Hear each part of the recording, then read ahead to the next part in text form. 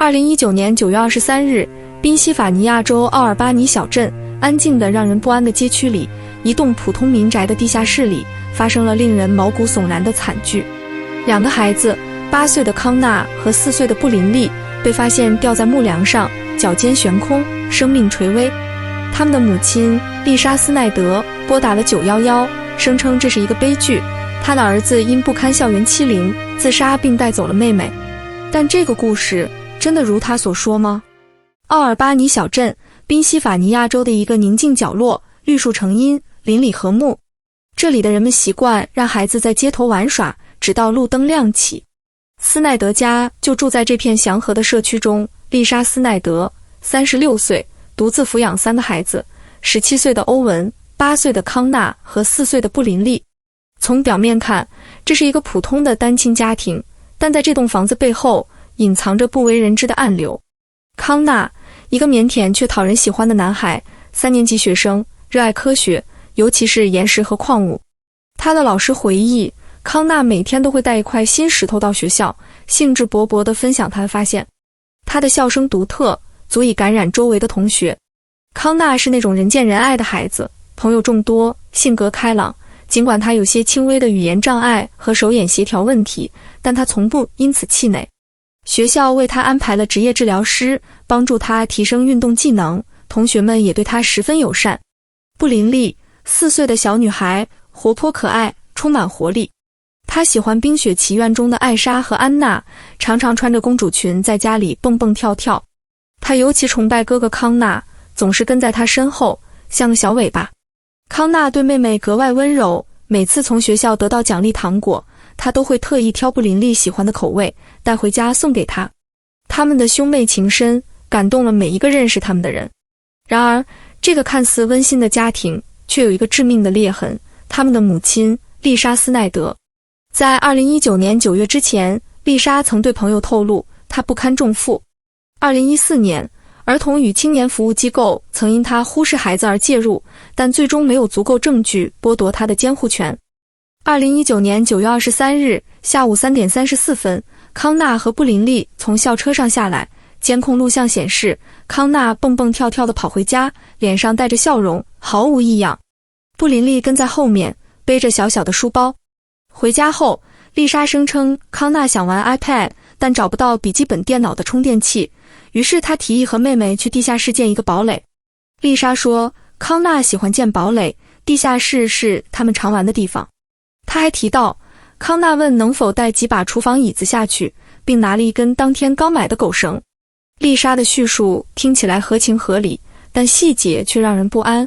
她说，她允许康纳自己把椅子搬下去，因为椅子很重，康那一次只能搬一把。她听到椅子在楼梯上发出的砰砰声，康纳还中途回来喝了杯水。之后，她带着家里的狗巴斯特出去玩，抽了根烟，大约10分钟后回到屋内。她下楼查看孩子们想吃什么晚餐时，发现了令人震惊的一幕，康纳和布林利被狗绳吊在地下室的木梁上，生命垂危。丽莎声称，她试图解开绳子，但由于焦虑发作，双手出汗，无法解开狗绳的扣子。她试着抬起40磅的布林利和151磅的康纳，但无济于事。于是，她跑上楼拨打了911，告诉接线员，我的2个孩子，8岁和4岁，已经死了，吊在地下室的房梁上。她的声音冷静，甚至有些冷漠。接线员要求她到屋外等待救援人员，但丽莎没有照做，而是留在楼上打电话通知亲友。下午4点41分，急救人员赶到斯奈德家，丽莎却不在屋外，而是在楼上打电话，神情紧张但没有泪水。急救人员自己找到了地下室，震惊地发现2个孩子仍有一丝生命体征。他们迅速解下绳子，实施心肺复苏，孩子们的身体上有余温。康纳和布林利被紧急空运到利哈伊谷医院，接上生命维持系统，但3天后9月26日，2人都被宣布脑死亡，永远离开了这个世界。丽莎的叙述有一个致命漏洞，她声称康纳因校园欺凌而走上了绝路，并带走了妹妹，因为他害怕独自死去。但这个故事很快被事实无情戳穿。警方从一开始就对丽莎的说法存疑。一个8岁男孩实施谋杀、自杀，杀死自己和妹妹，这种情况在犯罪史上极为罕见。丽莎的行为也异常可疑，她没有试图用刀割断绳子，也没有坚持留在孩子们身边，而是选择上楼打电话。更令人不安的是，她在911电话中主动提到康纳被欺凌和自杀的动机，而接线员并未询问这些细节。调查迅速展开，警方从多个方向寻找真相。首先，他们核查了康纳的学校记录。康纳的老师、同学和学校辅导员一致表示，康纳是个受欢迎的孩子，没有任何被欺凌的迹象。他的职业治疗师进一步证实，康纳因运动技能不足，存在手眼协调问题，操作狗绳的复杂扣子和在高木梁上系绳结，对他来说几乎不可能。欧文、康纳和布林利的哥哥也明确表示，孩子们从不独自在地下室玩耍，因为他们害怕那个地方。丽莎的朋友提供了更多线索。一位朋友回忆，曾在丽莎抱怨康纳被欺凌后去学校接她，却发现康纳和同学们玩得开心，毫无他描述的愤怒或抑郁。警方对丽莎的电子设备进行了彻底搜查，发现了令人震惊的证据。9月17日，丽莎搜索了车内一氧化碳中毒死亡需要多久。9月20日，她浏览了我几乎逃脱了罪行的最佳集数。9月22日，他访问了一个讲解短调简易悬吊法的网站。9月23日，他还搜索了混合动力车是否产生一氧化碳。这些搜索记录表明，他在案发前至少1周就开始策划谋杀。更令人不安的是，警方发现丽莎购买的那根狗绳并非为家里的狗巴斯特准备。巴斯特体重约50磅，而丽莎购买的狗绳适用于150至200磅的大型犬，恰好与康纳和布林利的体重总和相符。购买记录显示，他在案发前一天通过沃尔玛在线订购了这根绳子，并在当天早上9点30分取货。警方还发现了丽莎的社交媒体记录，她与一名身份不明的男子保持着在线恋情，内容涉及对狗巴斯特的亲密行为。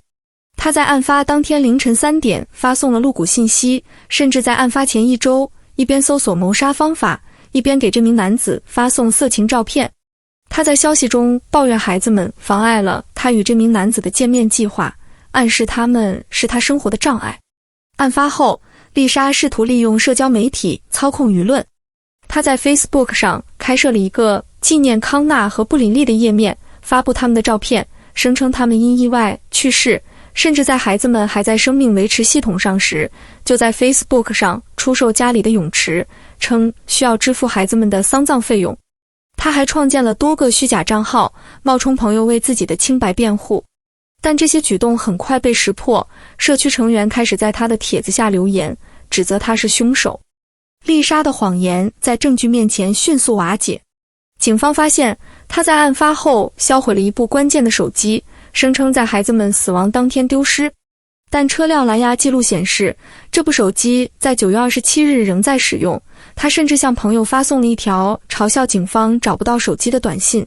此外，警方在他的其他设备上发现了更多证据，包括一张案发前一晚拍摄的照片，显示地下室木梁上已挂好2条狗绳，疑似测试布置。欧文的证词成为案件的关键。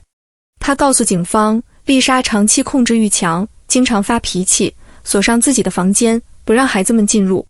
他还提到，丽莎曾对朋友抱怨孩子们是她的负担。儿童与青年服务机构的记录显示，2014年曾因忽视和不安全环境对丽莎进行调查，但未能采取进一步行动。丽莎的母亲也曾试图争取孩子们的监护权，但未成功。最终，警方得出结论，丽莎因厌倦了母亲的角色，将孩子们视为她追求个人生活的障碍。她精心策划了谋杀，购买狗绳，布置现场，并编造了康纳被欺凌的故事，试图将罪责推到年仅8岁的儿子身上。他的动机并非出于精神错乱，而是冷酷的计算。他想要自由，而这种自由的代价是2个无辜生命的终结。丽莎·斯奈德的审判于2024年展开，由于案件的复杂性，耗时5年才进入法庭。原定法官因去世，案件被转交至特蕾莎·约翰逊法官，采用非陪审团审判。检方提供了压倒性的证据，搜索记录、购买狗绳的监控录像、欧文和学校人员的证词，以及职业治疗师的分析。辩方试图主张丽莎无罪，或因精神疾病而不负刑事责任，称她患有产后抑郁症、严重抑郁症和焦虑症，可能因保护孩子免受痛苦的错觉而翻案。然而，法官完全驳回了辩方的论点。专家证人证实，丽莎的精神状态不足以构成精神错乱辩护，她的搜索记录和行为显示出明确的预谋。欧文在庭上直视母亲，称她为怪物，并表示不再视她为母亲。2024年，法官宣判丽莎2项一级谋杀罪成立，判处终身监禁不得假释，另加8.5至17年的儿童危害和篡改证据罪。法官痛斥丽莎，你不仅杀死了他们，还试图抹去真相，背叛了为人母的本质。判决后，社区为康纳和布林利举行了悼念活动。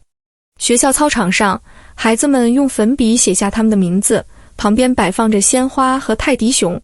伯克斯县启动了3项新举措：布林利计划，教导孩子如何安全举报家庭暴力；康纳观察，社区志愿者热线，用于报告儿童忽视；斯奈德法案，提议对5年内多次举报的家庭加强儿童保护协议。